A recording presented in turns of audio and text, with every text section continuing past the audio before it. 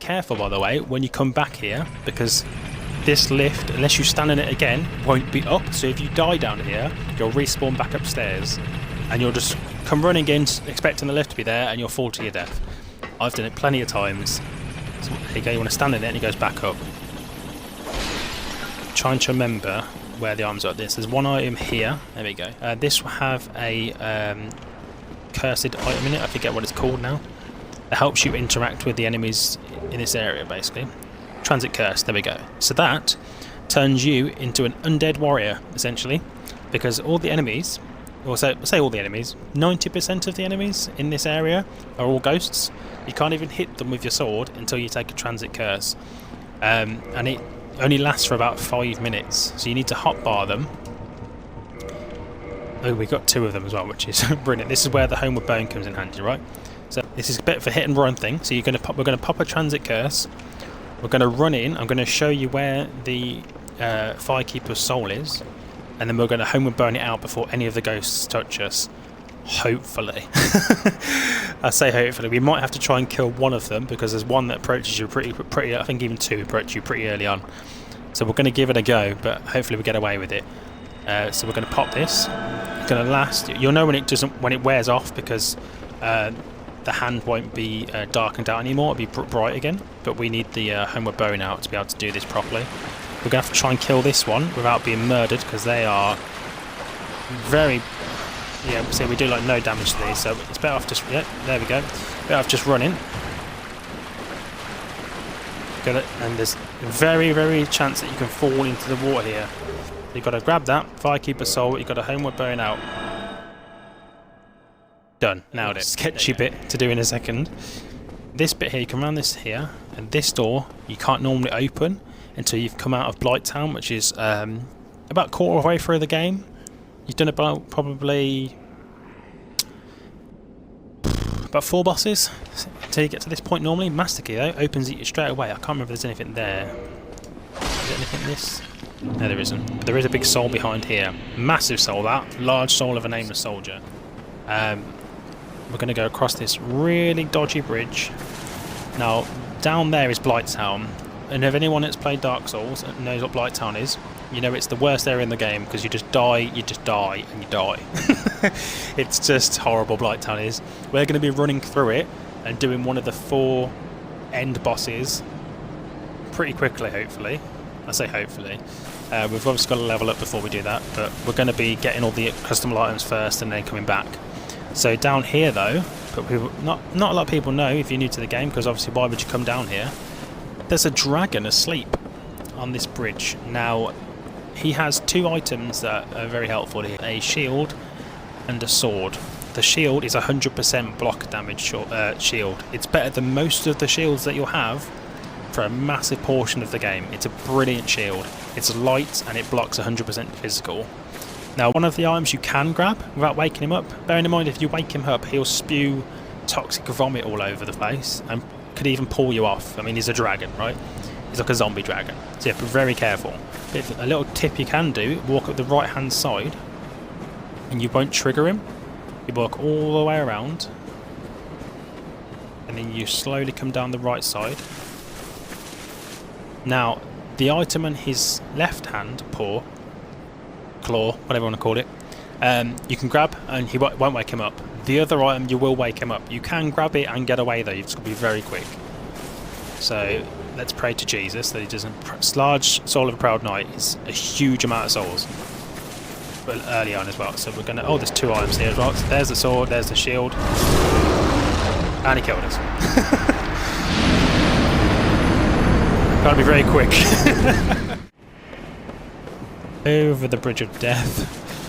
Now you've got to be very careful coming into here, because there's 3 angry trolls that just love to throw poo at you. I'm not even joking, they literally chuck shit at you. It's kind of ridiculous, and it's poisonous, and they can one-shot you because they're big boys with big clubs and all the bigness. You can backstab the crap out of them though, because they are very slow.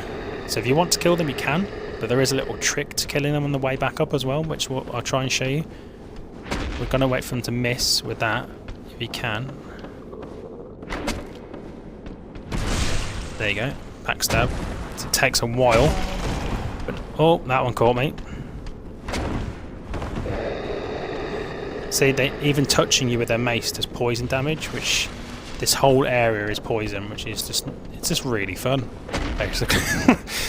You've got to be very careful with the mace boys, because the dagger does less damage than I thought it did at this stage. So we're just going to be careful. Oh, nearly got me there. Right, Blight Town, we're actually coming in from the exit because of the master key, whereas if you come up this way initially, the flask. So if you hold B as well, you slide down ladders, which speeds it up. Now, rather than going like sliding down or climbing down this ladder, you want to roll down, because to the left of here there'll be a like blow dart guy that shoots toxic arrows, and they will kill you super fast if you're not careful. Also, trying to get this bug is being a bit of a pain. So we're going to try and walk off rather than not roll, and walk off to here. Then you want to walk down here. See that? He's shooting darts at me already. Fantastic. That jump down here. Got to be very careful because of that blow dart guy. And this is a very dodgy walk as well, because there's a lot of other enemies flying around, and there's also him blowing the darts at us from the top, and then there's also the fact that gravity will kill us. But if you want another collectible, another outfit early on that gives you high curse damage resistance, and it also gives you one of the miracles that you need for the achievement, this is where you've got to go. So you've got to be very careful walking over this bridge. I've never successfully, no, tell a lie, I think once, I managed to successfully once walk back on that bridge. But if you want a safer option, just use a homeward bone when you get to the end of here. It's probably the safest option, but you get the full sealer robes and you get his staff, which is a brilliant staff. It's like one of the best staffs for quite a while, rather than having that crappy sorcerer staff. So we're going to try and grab that for you if I can, without being murdered. There we go, so we got onto there. Obviously we're just going to try and homeward burn it back. There is also a bonfire here, but we're not going to light it because otherwise we're not going to be able to get back to Firelink Shrine. You jump off here, and then you go down here. So one of the enemies jumped off trying to follow us, which was cool because we got some souls from that. We're going to try and get to the bonfire just to get a break from the enemies.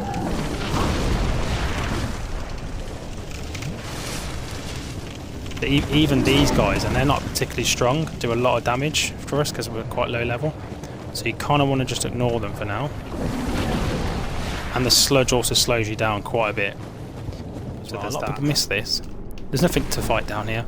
Just a random chest with a dragon scale, which upgrades the dragon weapon. Terrible. There is a ring as well later on you can get that stops you from like being slow in the swamp waters. But that requires you to go back to the beginning asylum. That's where you'll find it. It's called the Rusted Iron Ring, I believe. And that gives you a lets you basically walk through the swamp waters like it's just normal ground, essentially. Now the poison will wear off, so we'll probably just have to heal through it.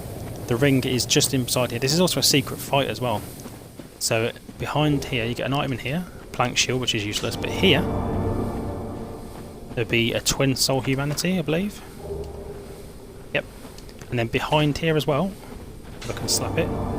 There you go. There's another area. The Great Hollow. So if anyone who was wondering, new player world, how you get to the Great Hollow, that's how you get to the Great Hollow. Behind two hidden walls in the bottom of Blight Town. So big ladder, hold B, slide all the way down. We're going to have to heal to get through this. There we go. Someone just fell to the death and died following us. Right, normally you'd have to go all the way down this tree. Now this is a bit dodgy because it's a bit of an awkward angle to this. You see that guy there? We've got to jump onto him without dying, which is fun. Just about made that. Klamath ring. It's a one-shot. That's a parry. One-shots them with ease. You're going to miss it a couple of times because the timing. The timing is really important. But with these guys, you can see their shoulder. Oh, see, it parried it. We've got very time to waste a couple of hours just hammering this until you've got the parrying nailed down. When you come to like the bosses or the harder enemies that are better at blocking the parries, or just generally harder fights, you'll be a lot better prepared.